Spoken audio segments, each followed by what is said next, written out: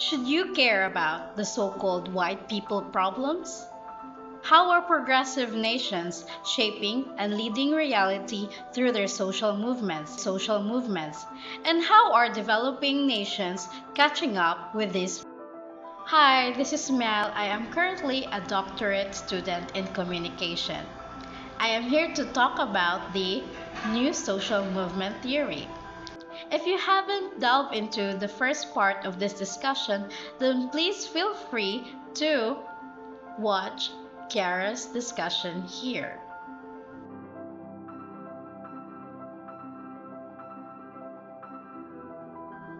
If you are already familiar with the hashtag #MeToo movement and the hashtag mental health matters, then you're already exposed to the new social movement theory through traditional and social media.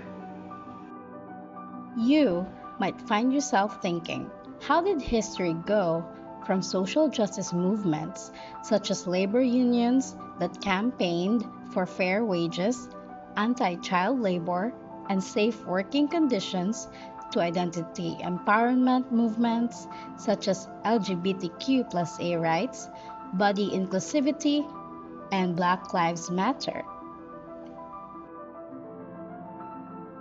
NSMT refers to the rise of post-1960s movements that are not focused on class or economics but on identity, culture, and symbolic resistance. Since human basic needs have largely been met, in contemporary times, the new social movements are organized to address issues rooted in culture and self-expression over resolving issues on unfair wages and unsafe working conditions.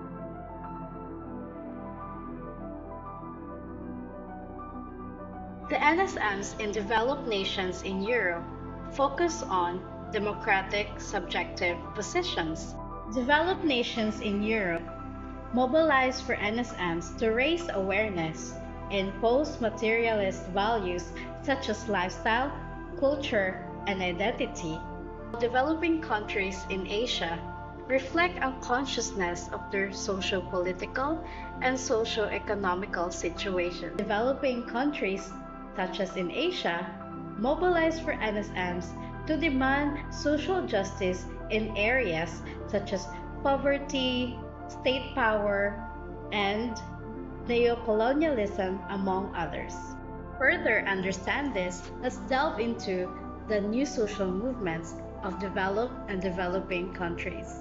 2015, developed country Germany held an environmental NSM against coal extraction.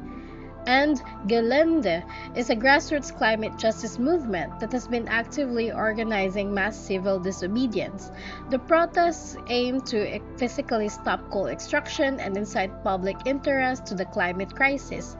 This is to directly challenge the fossil fuel industry.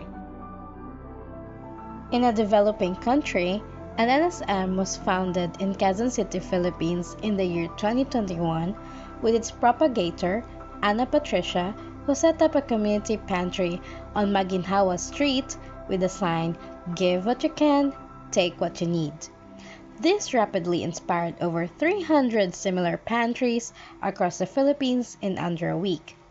This aimed to address immediate food insecurity and build a culture of solidarity and bayanihan for contributing to social justice on hunger and poverty.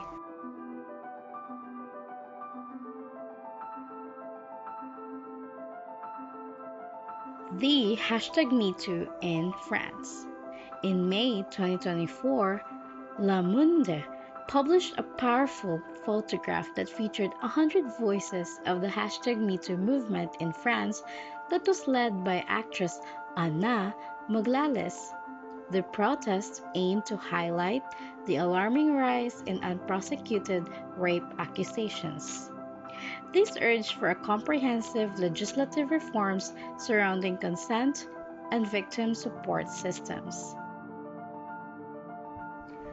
The Budapest Pride 2025. On June 18, 2025, The Guardian reported that there were approximately 70 members of the European Parliament, alongside officials like the Amsterdam's mayor, who pledged to attend the Budapest Pride on June 28, 2025. This was a direct challenge to Hungarian Prime Minister Viktor Orban's ban on LGBTQ+ events. The event was reclassified as a municipal celebration, and the European Commission is currently assessing its legality under EU law regarding LGBTQ+ expression. The #touristification protests. On June 15, 2025, there were coordinated protests across Southern Europe about mass tourism. They believe that mass tourism transforms urban spaces into commodified environments.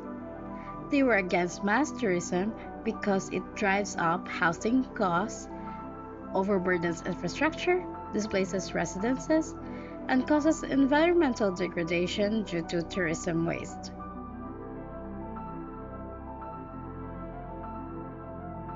So, should you care about white people problems? Yes, because it is actually possible for developing nations to transform or shift their materialist based movements into identity rights based movements. Someday, you might become a witness or you will participate in these movements too. In the end, materialist based or subjective based movements have one thing in common, and that is speaking up. Protests are important because, in organizing them, we're able to reconcile our differences and campaign for equity in an ever evolving culture and economy, no matter where we are. Thank you again for engaging with me in this discussion. I'll see you again for another insightful talk about social matters. Once again, this is Mel, your questing scholar. Goodbye!